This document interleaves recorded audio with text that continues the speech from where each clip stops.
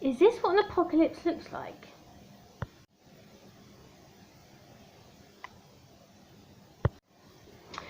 Okay, you got to laugh, right? Okay, I have chronic health conditions, if you didn't know. I have a bunch of them. I've joked before, I have a scroll.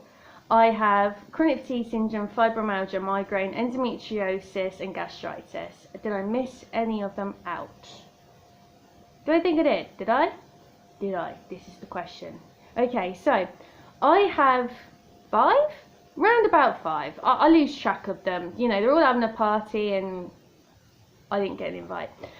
What I find fascinating though is my day-to-day life, and I'm going to be doing a vlog on this. My day-to-day life, right, I literally don't have a lot of energy to fit in half as much as I want to do in my day-to-day life. Just yesterday, I saw on daytime TV, you know, I saw on daytime TV that people that are self-isolating, that are otherwise usually healthy, are finding it very hard to keep preoccupied, and I'm like, really? Like, really? Seriously? You're finding it hard to keep preoccupied. People are buying crafts, people are hoping to join a choir, and it's like, how in God's name can you join a choir if you don't have the energy? And it's like, I get that you're self-isolating, but have a word. You know, have a word. And it's like, what are you even on? When you have chronic health conditions all the time, you literally have to be very careful with the energy you have. And what I find fascinating is that people that have chronic illnesses, like myself, and I know a bunch of other people that follow me also have chronic health conditions, we have to try and find our place in a society that's not built for us. We have to find our place in a society that we can't get our own place, we can't manage work most of the time, we have to navigate our way through a benefit system, we have to worry about if we run out of something, how we're going to go out to get it, if we have fatigue, how many days do I have to be out of the count before I get energy back. And you have to live a life where it gets convenient. Most of the time you have to have things sent to you through the post. You literally can't go out shopping. Throw in the coronavirus and literally it's like, is this the apocalypse? I was thinking about when my nan was wartime. She's passed now, but she was wartime, and my mum talked about how they used to talk about rationing. I'll be honest with you, okay? I have found, I don't care who you are in society, I think the coronavirus is going to affect you in the way that people have been. I can't understand why. I can't understand how, and I think I can, but I don't agree with the way they act. I think that people are so used to going about their day-to-day business, right? They're so used to going to work or doing things, and everyone's got a rhythm, everyone's got a routine. Throw the coronavirus in, and it's like everyone panics because there's something you can't control. And it's weird because I'm of the mind, if people practice basic personal hygiene, we wouldn't be in this mess. That's just how I see it. But I can't believe that I'm in a minority where I have chronic health conditions. What I find fascinating though is that we are completely forgotten about. Just yesterday my mum said about, she read something from an article online saying about health assessments. If you're chronically ill and you have to go through like a benefit system, most of the time you have to be sat face to face with someone that's known as an assessor. Now they're doing it where you don't need face to face. It's like, why did it take now? Why did it take for now for that to happen? Please tell me, I want to be educated on this. Or if you go into last week I went to my local supermarket about, I don't know, Monday or Tuesday, and usually there is a shelf on there that is full up with tinned goods, like tinned tomatoes or tinned soup. I couldn't for the life of me figure out why, literally, and I kid you not, the shelf was absolutely bare. My mum does online shopping, you know, we get the shopping delivered because my mum has arthritis as well. And it's weird because you worry about the smallest thing. I've been trying to get hold of hand sanitizer simply because when I go out, you don't know who you're coming into contact with. I don't touch people anyway, I mean, I'm not a toucher, but it's kind of like, you don't know who you're going to come into contact with. I'd rather have the hand sanitizer in my bag and know I've got it, instead of like having to come home, wash my hands with like an antibacterial wipe and then wash my hands with like Dove soap. But what I find weird is hand sanitizer, you can't get anywhere. I've looked everywhere, you can't get it. Even the small shops, it's kind of like, it reminds you of like the sperm trying to find the egg. It really is. It's like even the small shops, you can't find it. Or bottled water. I'm a migraine sufferer, as I mentioned. I rely on bottled water. I had to contact my supermarket recently via Twitter to say, do you have this? Toilet roll. If you run out, you're screwed. Bottled water. If I drink tap water, the chlorine in that gives me a migraine. So I have to rely on bottled water. And I'm like, oh, how am I going to navigate that? Because I shouldn't have to go into a migraine to deal with that. Ibuprofen. That's very hard. I rely on that for my migraines. I take a lot of it, and I take pills in the morning and in the evening and throughout the day because, as I've said, I have chronic migraines. And I find it's weird because the smallest things that you rely on, you can't find. And then you come to the whole how society views living with an illness. Now, what I find weird is that so many people, when they're at home, it's like if they're self-isolating and they have the symptoms but they don't have like all the the breathlessness and the other symptoms, when they're self-isolating, you do that for 2 weeks.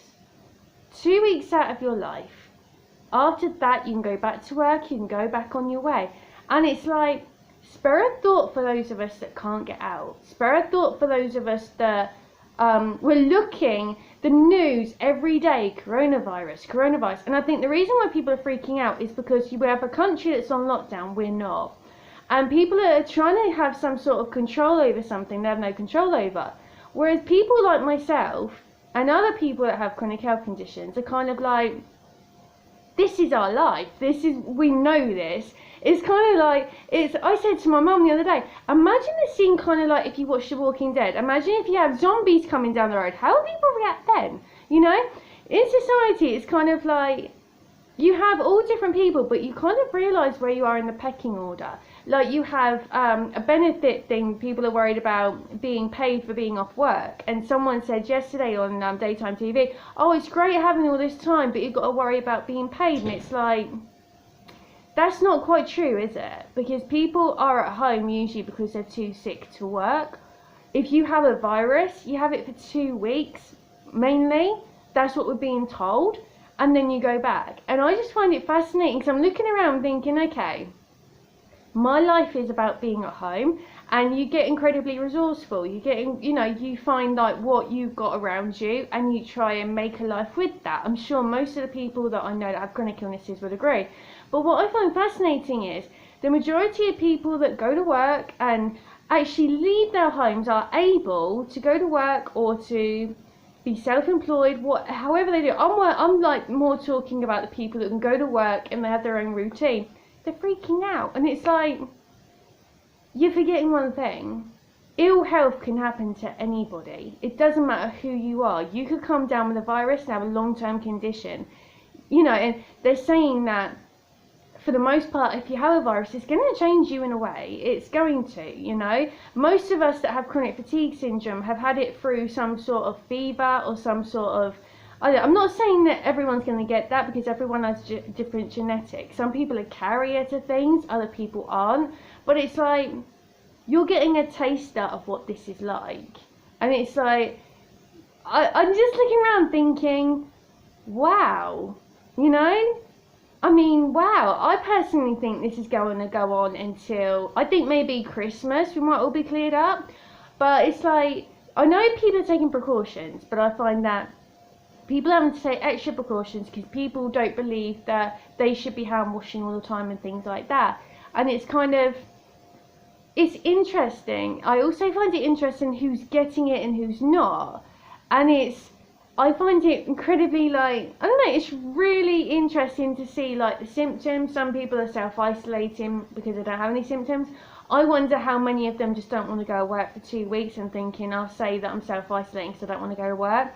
Yesterday I heard people are having to kind of, I don't know, buying things they wouldn't normally buy. They're buying bulbs for their garden because they're at home. And it's kind of like, if you have symptoms of being tired and breathless, what are you doing buying bulbs for your garden? There's no way you're going to have energy to go out in the garden and plant them.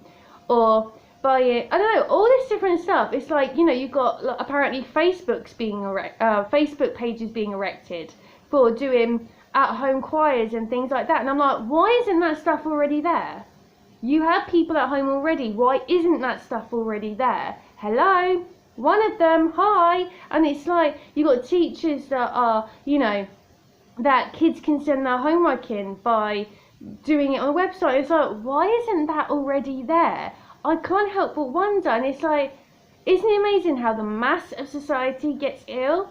And then they're like, oh, okay, we're going to have to think outside the box. And it's like, wow, doesn't that just blow?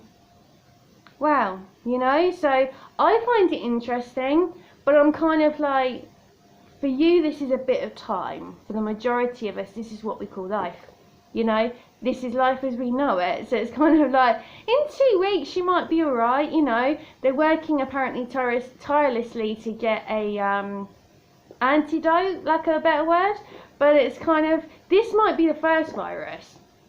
There was an advert here about antibiotics. Now, they don't work. How do you know there's not going to be more?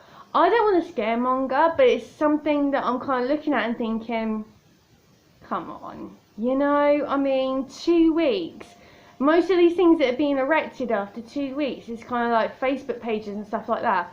After that, they're probably dissolved, but the rest of us that are at home all the time, majority of the time we kind of feel forgotten. So it's kind of like, that's interesting, isn't it? So I'll leave you with that. Kind of feel a bit better now. I wasn't going to do this video, but I'm thinking maybe other people might be feeling exactly the same thing. We'll see. If you want to let me know, you can do. You can find my social media here. If it's at Gems Quirky on Twitter and on Instagram. And yeah, bend over. I will see you in my next video. Thank you so much for watching, and I will speak to you soon. Bye.